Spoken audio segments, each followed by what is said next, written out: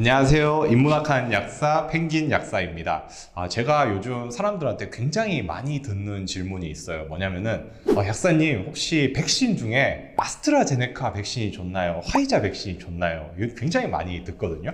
현재 우리나라에 접종을 시작한 백신이 두 가지가 있죠. 바로 아스트라제네카 백신과 화이자 백신. 이후에 이제 얀센하고 모더나 백신도 이제 조만간 접종을 시작할 거라고 합니다. 두 부류의 사람들이 계시는데요. 한 부류는 이제 내가 맞는 백신이니까 정말 백신에 순수하게 관심이 있으신 분들이 계시고, 또 한 분은 이제 주식 하시는 분들이 어떤 주식을 사야 될지 이제 몰라서 이제 저한테 물어보시는 두 가지 부류가 계시더라고요. 그래서 이번 영상에는 이런 백신에 대해서 좀 어려운 내용들을 중학생도 이해할 수 있을 정도로 좀 쉽게 설명을 해보기 위해 이 영상을 준비했습니다.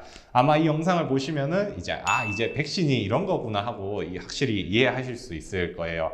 메디슨 X 히스토리 이번 시간은 이 백신 두 번째로 바이러스 벡터 백신과 mRNA 백신에 대해서 이야기해 보겠습니다.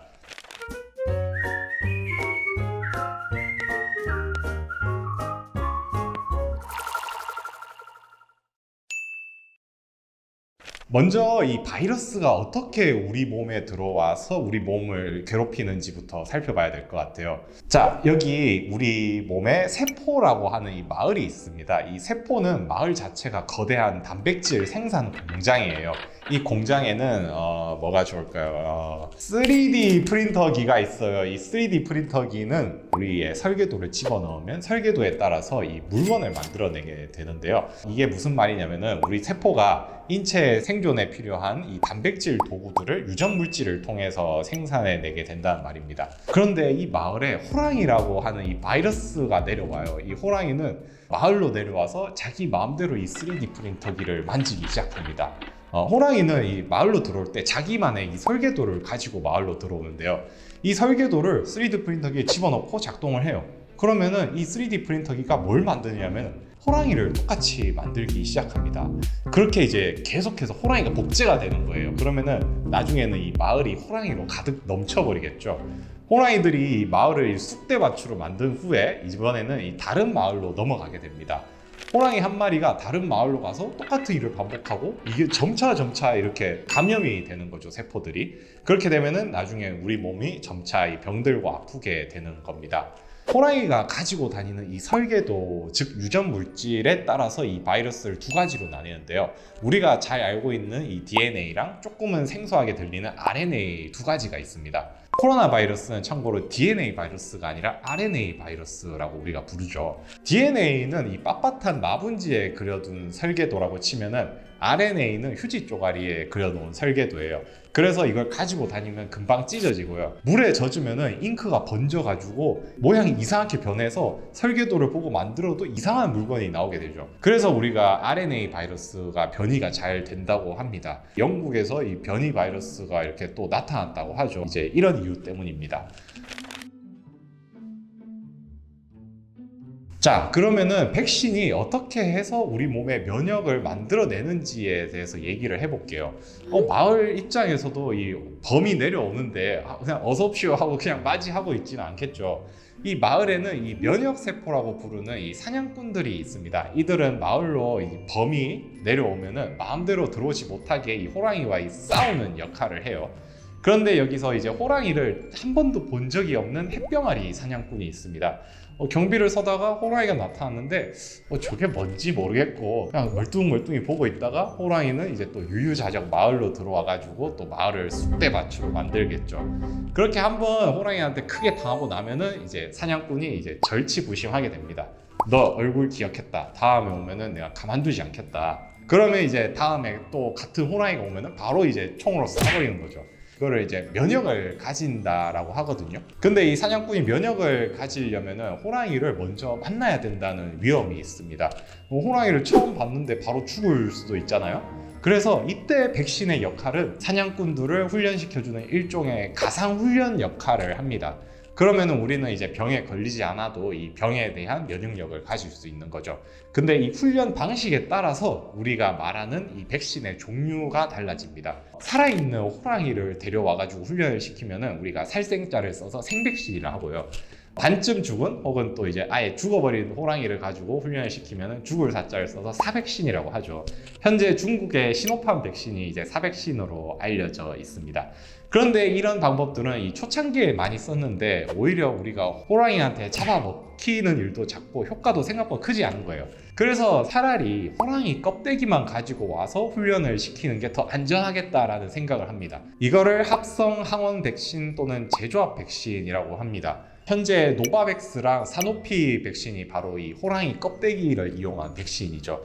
그런데 이 사람들이 조금 더 생각을 하기를, 호랑이가 우리 몸에 와가지고 이 3D 프린터기를 만져서 호랑이를 만드는 걸 보니까 우리도 이걸 좀 비슷하게 할 수 있을 것 같은 거예요.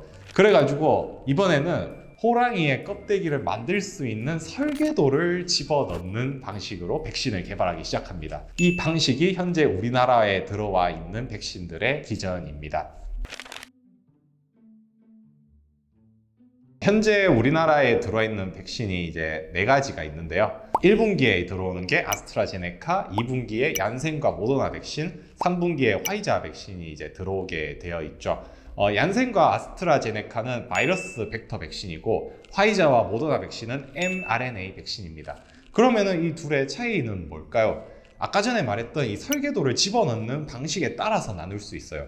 바이러스 벡터 백신은 이 침팬지의 아데노 바이러스를 이용하는데요. 우리가 호랑이 껍데기를 만드는 설계도를 밖에서 일단 만들어요. 그런 다음에 이거를 호랑이가 아니라 토끼한테 주는 거예요. 그러면은 토끼는 우리 마을로 무해하게 들어와서 이 설계도만 전달하고 이제 사라지게 됩니다. 이게 얀센과 아스트라제네카에서 사용하는 바이러스 벡터 백신이에요. 화이자와 모더나의 기술은 거기서 조금 더 개발된 최신 기술이라고 할 수 있는데요. 바로 설계도 자체를 그냥 마을 안으로 던져서 집어넣는 방식이에요. 그런데 아까 전에도 말씀드렸다시피 RNA는 마치 물에 젖은 휴지 쪼가리 같이 굉장히 박살이 잘 나죠. 그래서 이거를 안 부서지게 안전하게 포장해서 보내는 기술이 굉장히 중요합니다. 그래서 백신 운반 과정에서 저온을 유지해야 되는 콜드체인 기술을 많이 쓰게 되죠. 그러면은 이 많은 백신들 중에서 결국엔 뭐가 좋냐라고 많이 물어보시는데, 현재 세계보건기구 WHO는 코로나 백신의 유효성 기준을 이 예방률 50% 이상이면은 모두 다 이제 코로나 백신으로 유효하다라고 말하고 있습니다. 50%면은 너무 낮은 거 아니냐고요? 참고로 저희가 매년 맞는 독감 백신 예방률이 40%고요. 낮으면 20%대까지도 나오기도 합니다. 국내의 모든 코로나 백신은 사실상 이 백신의 조건을 다 갖추고 있다고 볼 수 있죠. 화이자와 모더나가 뭐 예방률이 95, 94%고 뭐 나머지는 뭐 적다고 해가지고 효과가 없느냐 하면은 절대 그렇지 않습니다. 일단은 각각의 회사들이 다른 조건에서 진행해서 나온 실험 결과이기 때문에 맞은 뭐 환자들의 나이도 다르고 성별, 뭐 국적, 상태, 뭐 환자 수나 뭐 한 번 맞았냐, 2번 맞았냐에 따라서도 예방률이 다 다르게 나와서 이걸 가지고 우리가 단순히 숫자로 뭐 이 백신이 더 좋다라고 이야기하기는 아무 의미가 없다는 거죠. mRNA 기술은 최신 기술이지만은 이거를 결국 다른 말로 말하면은 장기간 사용에 대한 데이터가 없다라고 말할 수 있습니다. 반면 바이러스 벡터 같은 경우에는 우리가 이제 1970년대부터 개발되어서 사용되어 왔고요. 화이자 백신은 또한 이제 가격이 비싸고 또 영하의 낮은 온도에서 이제 운반하고 보존해야 되는 반면에 아스트라제네카나 뭐 바이러스 벡터 백신 같은 경우에는 영상의 온도에서도 이제 운반이 가능하고 또 저렴하다라는 그런 점도 우리가 고려해 봐야 될 것 같습니다. 결국 백신이라는 거는 이제 우리 몸의 면역세포라는 사냥꾼들이 이 호랑이들을 막기 위한 훈련의 과정의 차이에 있다고 봐요. 그러니까 결국에는 어느 백신이든 사실상 빨리 맞고 면역력을 가지는 게 좋다는 게 제 개인적인 생각입니다. 네, 이번 영상은 여기까지입니다. 영상이 유익하셨다면 좋아요와 구독 눌러주세요. 정말 큰 힘이 됩니다. 다음 시간에는 백신 3번째로 이름은 너무나 유명한 이 모더나와 화이자의 백신에 대해서 조금 얘기를 해볼까 합니다. 네, 지금까지 펭귄 약사였습니다. 감사합니다.